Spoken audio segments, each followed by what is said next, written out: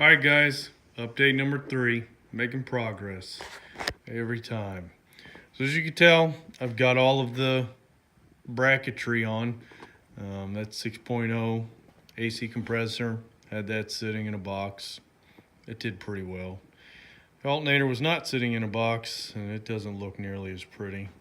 I think it'll clean up some.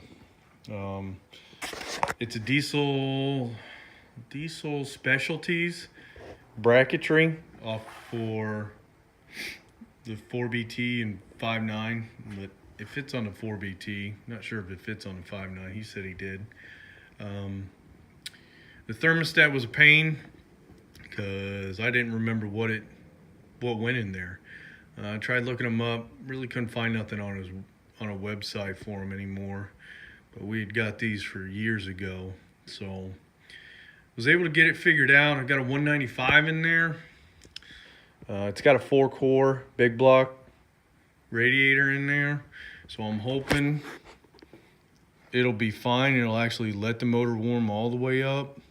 The blue Chevy, it's just got a stock K10 radiator in there with a 185, and I mean it barely gets to 185 anymore. So in the wintertime it doesn't. However, you got plenty of heat, but on this one here I went with the 195 because I have the 4-core radiator and it's new, so pretty lucky with that. All of the AC parts were replaced before I got the truck, but it all came with a kit, so I got all of it anyways. It's sitting in boxes, but I probably will replace it. I know the orifice tube at a minimum, but it's all sitting there. I've got the Hydro Boost set up just hanging in there, barely on the studs. I got the steering column out, and they had some street signs in there, and they were covering all this.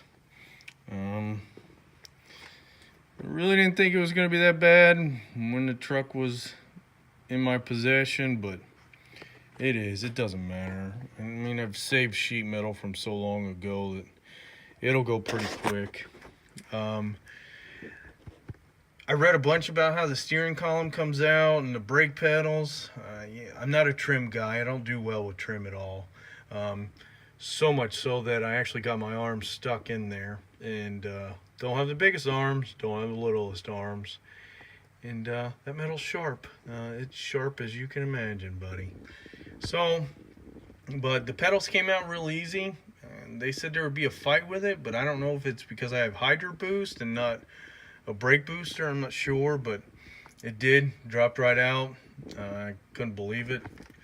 I was anticipating a fight, but it didn't. So I want to leave the pedals out until I get the floor in there, and you can see the garage through the truck. It's not my favorite part of it, but that's what happened. I got the steering columns over here. I've had this manual trans steering column for a long time. Been storing it because I knew one day I'd put it in something.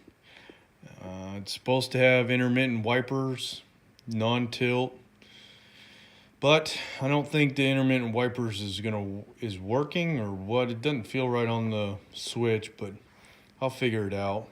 I just didn't want to do the automatic. I didn't want to just punch the handle out of there.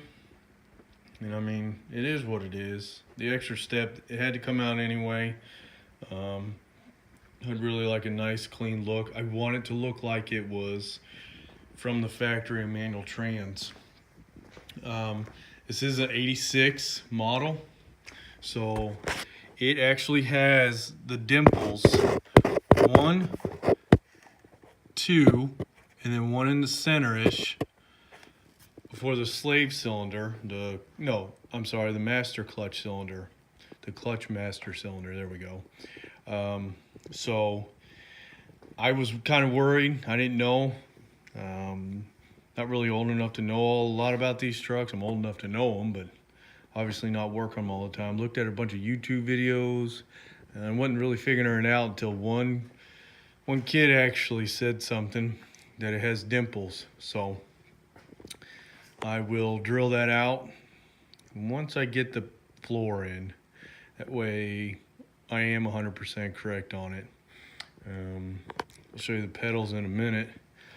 I am missing the fan hub assembly because on my blue 4BT, it went bad one day when I really needed to use the truck to haul with the car hauler. So I pulled it off pretty quick. You could hear it just grinding galore. And I watched a bunch of videos because surely there's got to be a way to fix it versus buying a new one. And well, there is. Doesn't seem like it's going to be that difficult. But this bearing inside of here is bad. So this sits inside here like this, if you can see.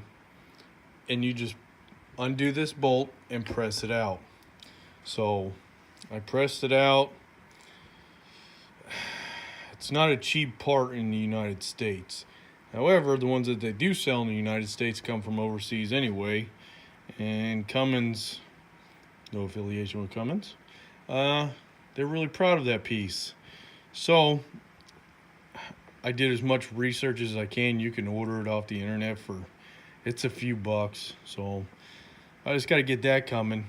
But what I'm going to do is, because I'm tired of the electric fan issue, especially in the blue truck, it just turned out to be an effing nightmare. So this is my pulley, my spacer, and my fan clutch. They call this an extreme duty fan clutch, and all the bolt holes line up. I just got to get the fan for it, and we will be good to go. I'll have to do studs because the bolts aren't long enough, or the bolts are not long enough to bolt that on, but the ones that I have for it are too long, so I'll probably stud it with nuts. I don't think it'll be a big deal. So there's the old brake. It's actually in pretty good shape, but there is the clutch pedals. I just threw a rough paint on them for just this little bit. I was able to clean them. It's cold outside, so I don't feel like painting in the basement. I don't feel like painting outside either.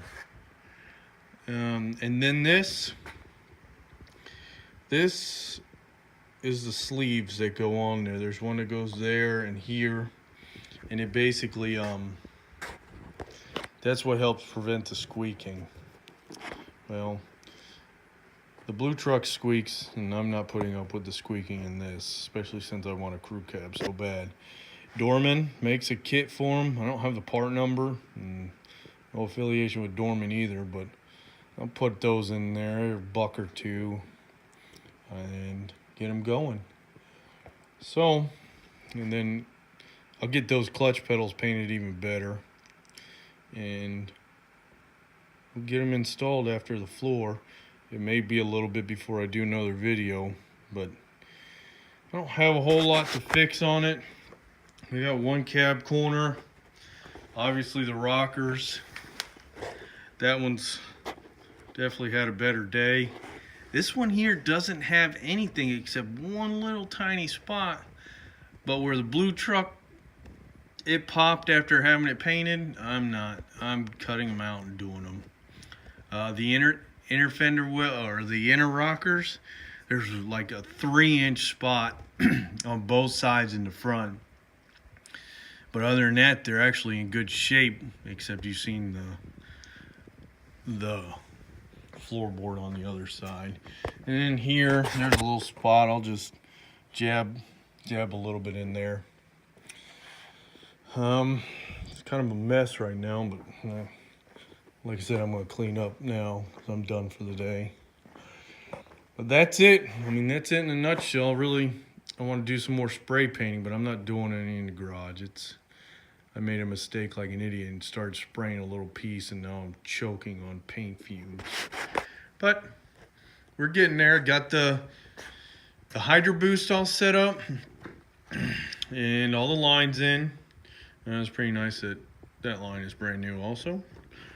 And I got it to actually fit onto the factory pump. However, on this truck or this motor, there's no vacuum pump. So I'm not sure what I'm gonna do yet. I'm thinking about running a 7.3 Power Stroke electric vacuum pump, but I don't know.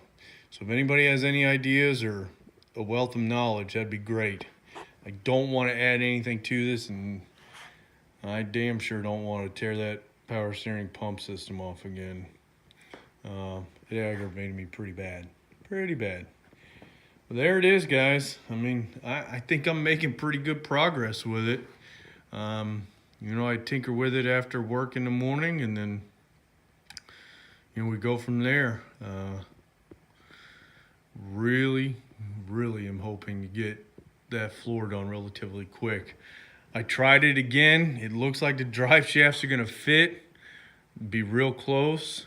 So maybe just have to extend them, maybe. We'll see what it does when I put the lift on there. Oh, speaking of lift, my little brother's got a 6-inch. I think that's what the blue truck is. I am not gonna do the military tires on this. I'm gonna keep the factory dualies and just do a 35 with a little lift. I think the 6-inch will be fine. 35s on these stock. I'll probably do a little bit wider in the front. Haven't made my mind up, but definitely not doing military tires. Pretty much tired of climbing up in the blue truck. So I'm thinking once this one's up and running and painted, got a few months underneath it and it does fine, I think the blue truck will find a new home. We'll see though. I keep going back and forth, but I'm pretty sure the blue truck is gonna find a new home. All right, guys. I hope that helps. You know, for me, the slave cylinder was a big issue. So if you've got an 85 and newer, I guess a mid-year 85 and newer cab, you'll have the dimples there for that slave cylinder. Oh, one more thing to add. I got the slave cylinder on the truck with the brackets, and yeah, it fits real tight. So if you don't have chrome sockets, which I don't, I have all impact sockets, I had to dig around in a junk drawer to find them. It fits real tight, and the directions are very great. Install on truck, enjoy. So that's basically what I got out of the directions. So, but I got it, no big deal. And then just got to get the other hose on it, and we'll be ready to rock. All right, guys, that's it this time. That's all I could think of. Hope you guys like it, and if there's anything I could show you that I'm doing that you want to know, just let me know. Just PM or, you know, just hit something in the comments section. But all right, thanks, guys. Bye.